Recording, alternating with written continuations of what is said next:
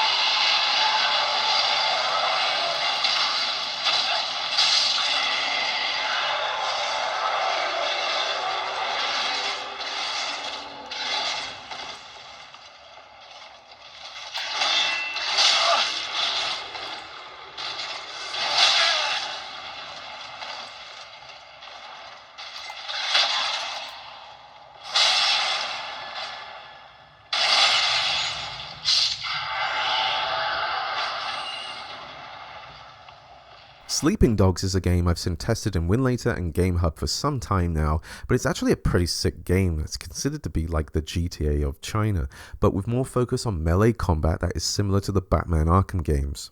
But the fact it has an open world and runs so well is awesome, and as soon as I booted the game up in Gamehub, the whole thing was silky smooth.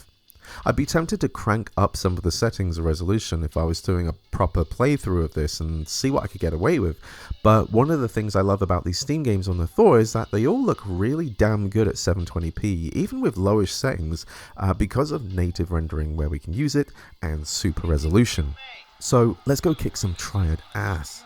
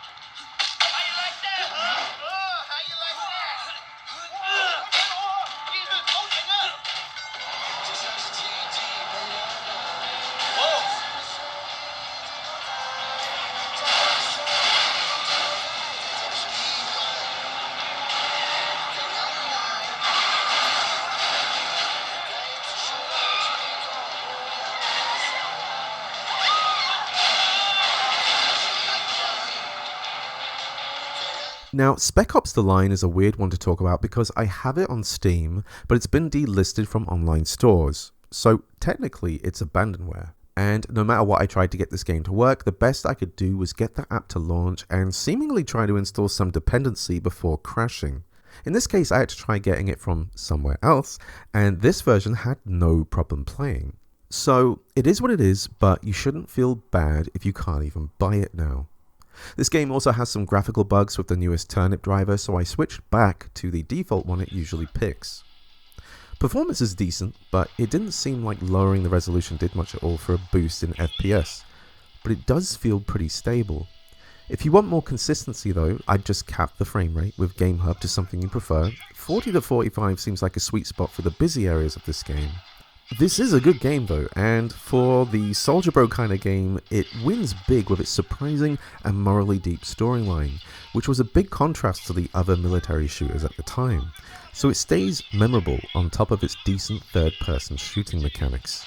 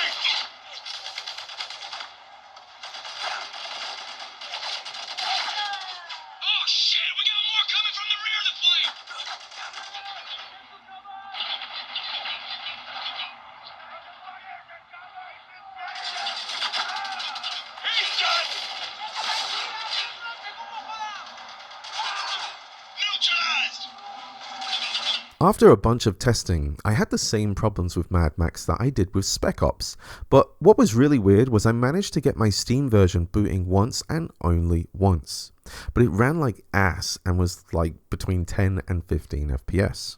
However, with a different version of Mad Max, I was having absolutely zero problems getting it to boot, and the FPS was way better. I'm genuinely surprised how well this is running, given it's from the PS4 and Xbox One generation, and it looks really good, even with everything on low. This is the kind of game I'd expect to check out on a Steam Deck or my Geek One S, so to see it running so well on an Android handheld is pretty mind-blowing to me. It just shows how viable these handhelds are becoming when it comes to making a choice of what handheld to buy.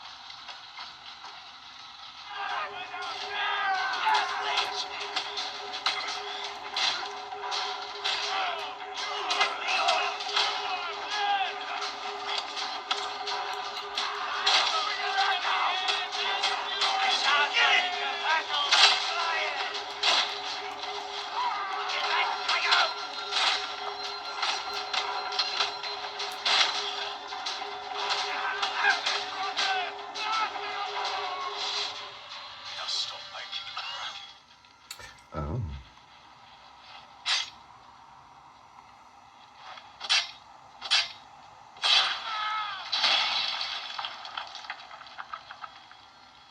Can the AYN Thor run Crysis? Well, I haven't tested the first game, but one of the reasons it's such a meme for if something can run Crysis is that it is a single-threaded game and was designed to run on something like 1 or 2 cores. I'm not too sure though, so it doesn't take advantage of newer CPUs. However, while Crysis 3 doesn't have the same open-ended level design of the first game, it is a pretty beastly game that was pretty demanding for its time. And the shocker is that at first, it's running actually kind of well on the Thor. In the opening level, it was pushing 60 FPS, while dipping to 30 FPS in more extreme situations, but actually playing it was like, this looks really good and it feels really good to play too, and I was having a great time. Unfortunately, for the first main level, the FPS starts to tank and often goes under 20 FPS, and at this point I don't know how playable it could be. Lowering the resolution didn't seem to help, so maybe a specific turnip driver or something would improve things a bit. Perhaps Crysis 2 runs better than this. But for now, it's cool to know that it boots and is playable. But maybe more updates down the road will improve the frame rate here.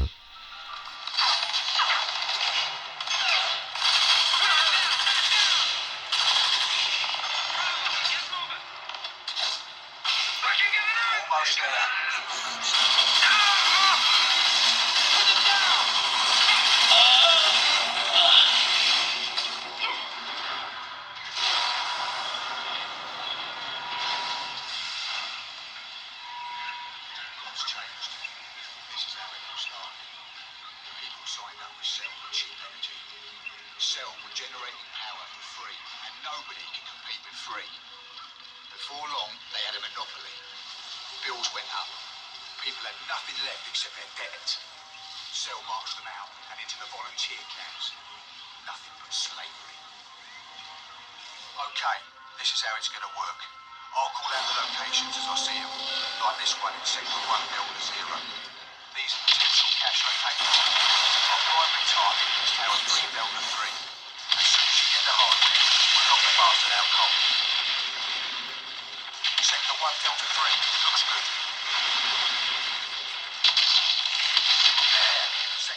Bioshock Infinite is a game I've seen a bunch of footage of already, but it's around that period of some of my favourite late PS3 and Xbox 360 games, so I wanted to see how well it ran for myself, and yeah, it runs pretty damn flawlessly.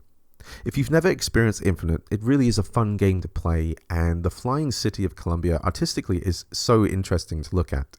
I messed around with one of the INI files to get rid of the boot logos, but it's really not necessary. If you want to find out how to mess around with a game's directory files, you can look at my last video where I demonstrated it with Devil May Cry 4 and Batman Arkham Origins. But in short, you're just opening the container when you go to PC settings, and the Steam games are installed in the X drive.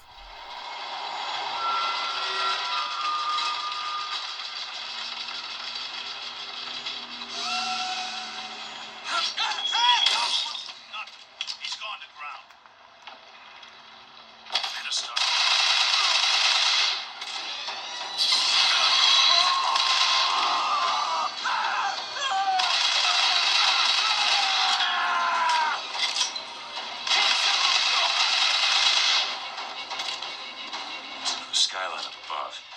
So I get some elevation, I can probably reach it.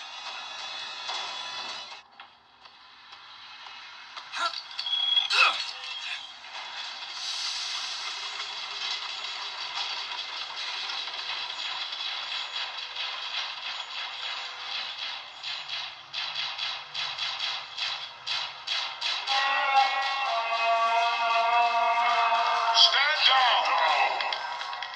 Stand down! He who crossed the Delaware with flaming sword and the wings of angels, watch over me and lend me strength. Father Washington, hear my prayer.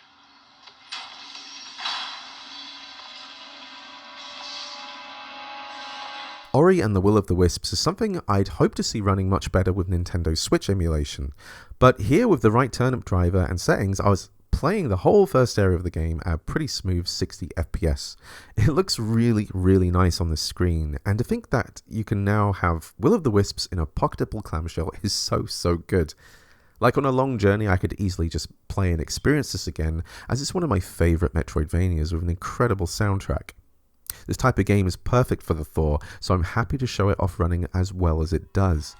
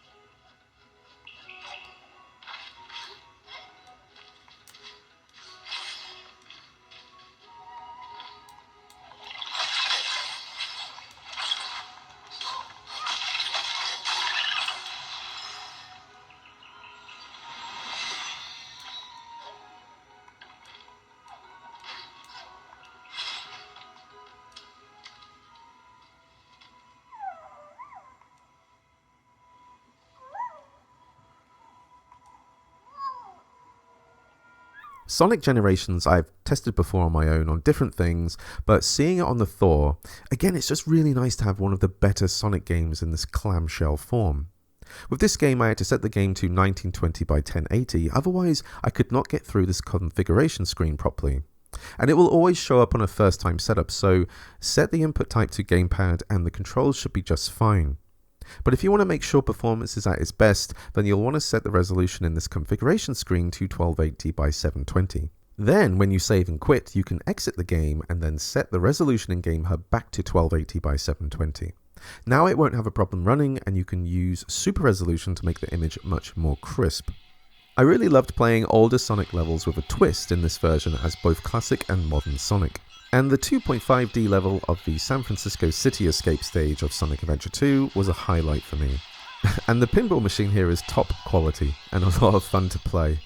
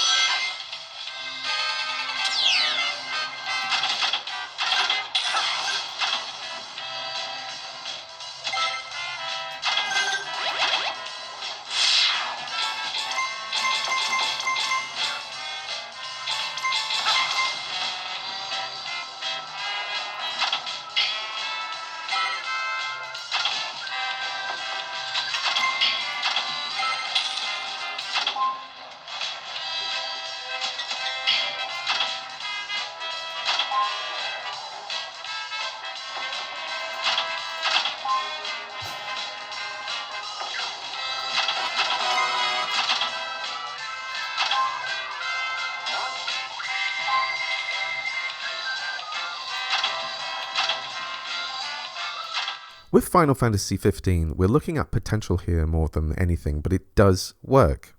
From what I'd seen online, I'd only seen people getting the demo to run, but with these settings and persistence, I was able to start playing the game. Although there was one night where I hadn't changed the settings, and no matter how many times I restarted the game, it would always go to a black screen. But the next morning it booted just fine, so I've no idea why Gamehub acted that way. The game seems to only boot randomly. Sometimes it would freeze, or freeze after the loading icon appeared, but once the logo started to come up, it seemed good to go. And the tutorial I played was hitting up to 60 FPS, but it absolutely won't in the open world, so I recommend capping the FPS to 30 in-game. I found that if I lowered the resolution in Gamehub to about 960 by 544, it was a bit more consistent and crashing much less. And with native rendering and super resolution, that lower resolution seemed to matter less and become much more defined. So I still couldn't say if this is actually a playable game, and it definitely crashes from time to time, but it's exciting to see it's at least doing this on the HN2 on the Thor, so hopefully it'll get better over time. So please enjoy the footage I was able to get. Hang in there, buddy! Stay down! We'll keep him busy! Look! Over here! Quickly! Before he strikes again! Here it comes!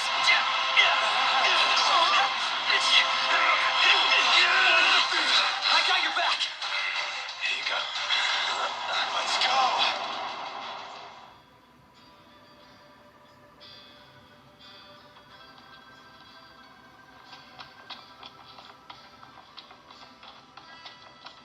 Oh, hey there, Prince.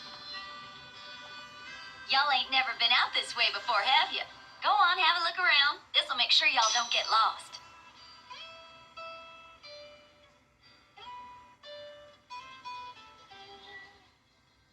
Well, might as well make good use of the extra time.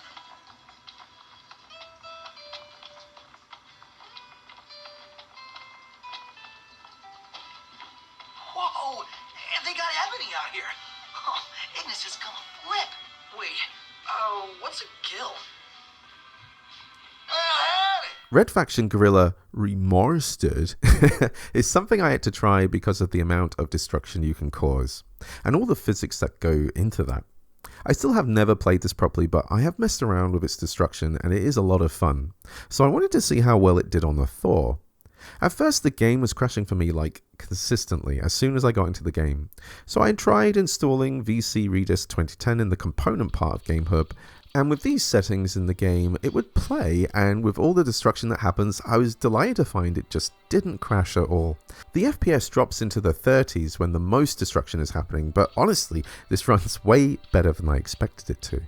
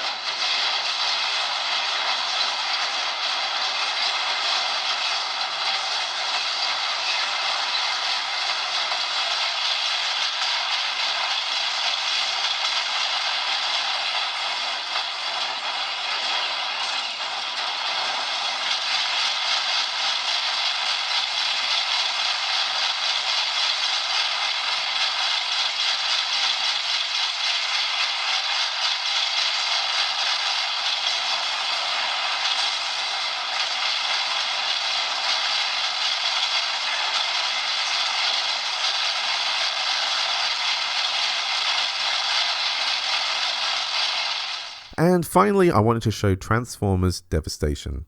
This game is now considered abandonware as it's no longer sold, so you can actually just grab it from the Internet Archives and it runs from the folder. This is a game by Platinum Games and is based on the classic Transformers, with new music by Vince DiCola, who did the animated movie's soundtrack. It's a pretty solid action game with lots of colour and it can get pretty challenging, so the fact you can just grab this for free and play it is incredible. I remember having a good time with it when it came out, so it's definitely one I can recommend.